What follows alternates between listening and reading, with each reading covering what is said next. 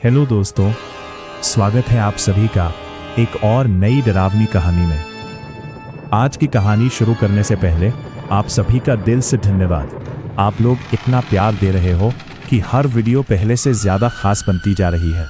और हाँ, जिन लोगों ने अपना नाम स्टोरी में ऐड करने को कहा था, उनके नाम आज की कहानी में शामिल किए गए हैं।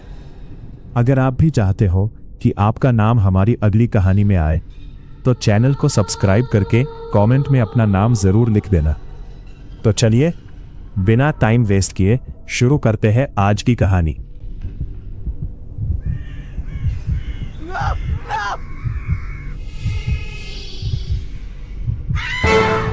गांव के लोग ना अक्सर एक दूसरे से कानाफूसी करते हैं। एक डर भरी आवाज में कहते हैं, इस हवेली में कुछ तो है। पर आखिर है क्या उस हवेली में? ऐसा क्या है जो रात के अंधेरे में जागता है? और क्यों कोई भी उस हवेली का सच जानने की हिम्मत नहीं कर पाता? तो ये जो खौफ है ना, इसकी कहानी शुरू होती है एक नई दुल्हन दिव्या की चीखों से। सोचिए, आधी रात का वक्त, घड़ी में करीब 12 बज रहे हैं। वो पुरानी सी हवेली, उसकी दीवारें एकदम ठंडी, और उस कमरे में दुल्हन के लिबास में बैठी है दिव्या। लाल जोड़े में सजी हुई अपने पति अभिषेक का इंतजार कर रही है। लेकिन उसके दिल में ना खुशी से ज्यादा एक अजीब सा डर है। और तभी उस खामोशी को तोड़ती है एक आवाज, ठन ठन ठन, पायल की आवाज। दिव्या के चेहरे पर एक हल्की सी मुस्कान आती है। उसे लगता है अभिषेक आ गया। लेकिन अगले ही पल दरवाजे के बाहर से किसी के सिसकने की आवाज आती है। हाँ, हाँ, हाँ। और ये आवाज सुनते ही उसके दिल की धड़कनें जैसे रुक सी जाती हैं। वो हिम्मत करके कांपते हाथों से अपना घूंघट उठाती है, और जो वो सामने देखती है उससे देखकर उसकी रूह कांप जाती है। कमरे के चारों कोनों में सफेद कपड़ों में लिपटी 4 औरतें बैठी हैं। सबके चेहरे पर घूंघट है और वो सब एक साथ सिसकियां ले रही है। दिव्या की आवाज डर के मारे अटक जाती है।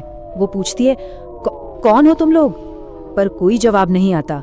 बस वो चारों धीरे धीरे उसकी तरफ बढ़ने लगती हैं, उसे घेर लेती हैं, उसे जकड़ लेती हैं, और फिर एक सर्द कांपती हुई आवाज उसके कान में फुसफुसाती है, तू भी हमारे साथ चलेगी। दिव्या की चीख पूरी हवेली में गूंज जाती है। दरवाजा खुलता है और अभिषेक और उसकी माँ भागकर अंदर आते हैं। लेकिन जो वो देखते हैं, उसे देखकर उनके पैरों तले जमीन खिसक जाती है।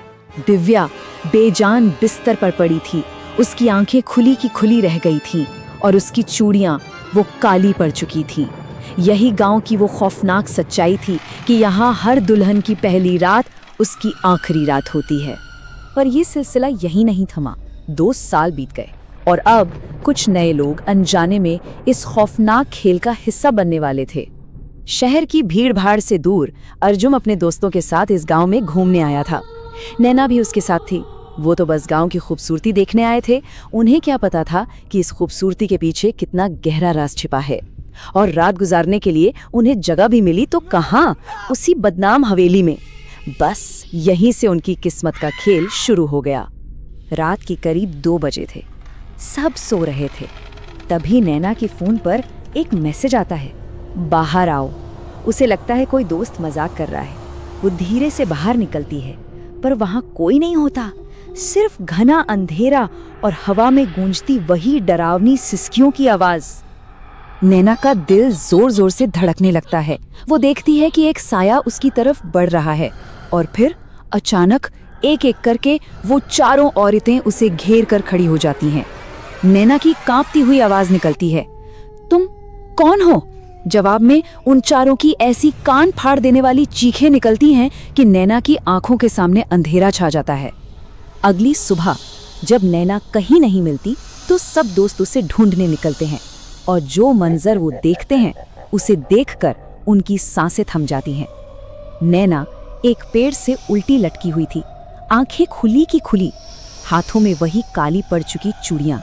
वो जिंदा तो थी, पर बेहोश। जब किसी को कुछ समझ नहीं आ रहा था कि ये क्या हो रहा है, तब गांव का एक बूढ़ा आदमी सामने आता है। एक ऐसा इंसान जो इस हवेली के काले अतीत का राज जानता था।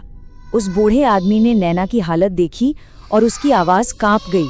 वो बोला, इसे उन्होंने चुन लिया है। इस हवेली की 4 दुल्हनों ने, और पहली बार उस अनजाने डर को एक नाम मिला। फिर उस बूढ़े आदमी ने जो कहानी सुनाई, उसे सुनकर सबके होश उड़ गए। सालों पहले की बात है। इस हवेली का मालिक दौलत के लालच में इतना अंधा हो गया था कि उसने 4 गरीब लड़कियों से शादी का झूठा वादा किया और सुहाग रात की रात उनकी बलि दे दी। मरते हुए उन चारों ने हवेली को श्राप दिया कि अब यहाँ आने वाली हर दुल्हन का यही हश्र होगा। उन लड़कियों के साथ हुए धोखे की कहानी सुनकर अर्जुन ने फैसला कर लिया, वो इस श्राप को खत्म करके ही रहेगा। अब ये लड़ाई सिर्फ नैना को बचाने की नहीं थी, बल्कि उन 4 भटकी हुई आत्माओं को मुक्ति दिलाने की भी थी। उस बूढ़े आदमी ने एक तरीका बताया। उन आत्माओं को मुक्ति तभी मिलेगी जब उनकी अधूरी शादी की रस्म पूरी होगी। तो फिर उसी रात एक योजना बनाई गई। 4 पुतले बनाए गए, उन्हें दुल्हन की तरह सजाया गया और फिर शुरू हुआ पवित्र मंत्रों का जाप। एक आखिरी कोशिश उन आत्माओं को शांति दिलाने की। जैसे ही मंत्रों की आवाज गूंजनी शुरू हुई, मौसम बिगड़ने लगा। तेज हवाएं चलने लगी, दरवाजे अपने आप बंद होने लगे और फिर वो चारों आत्माएं सामने आ गईं। इस बार उनकी आंखों में दुख नहीं बल्कि आग थी। उनका रोना अब गुस्से और दर्द भरी चीखों में बदल चुका था। अर्जुन डरा जरूर, लेकिन उसने हिम्मत नहीं हारी। उसने उन आत्माओं की तरफ देखकर एक मजबूत आवाज में कहा, आज तुम्हारी शादी पूरी होगी, तुम आजाद हो जाओगी। और जैसे ही आखिरी मंत्र खत्म हुआ, चारों पुतले अपने आप जलने लगे। उन आत्माओं की चीखें पूरी हवेली में गूंज उठी और फिर धीरे धीरे सब कुछ शांत हो गया।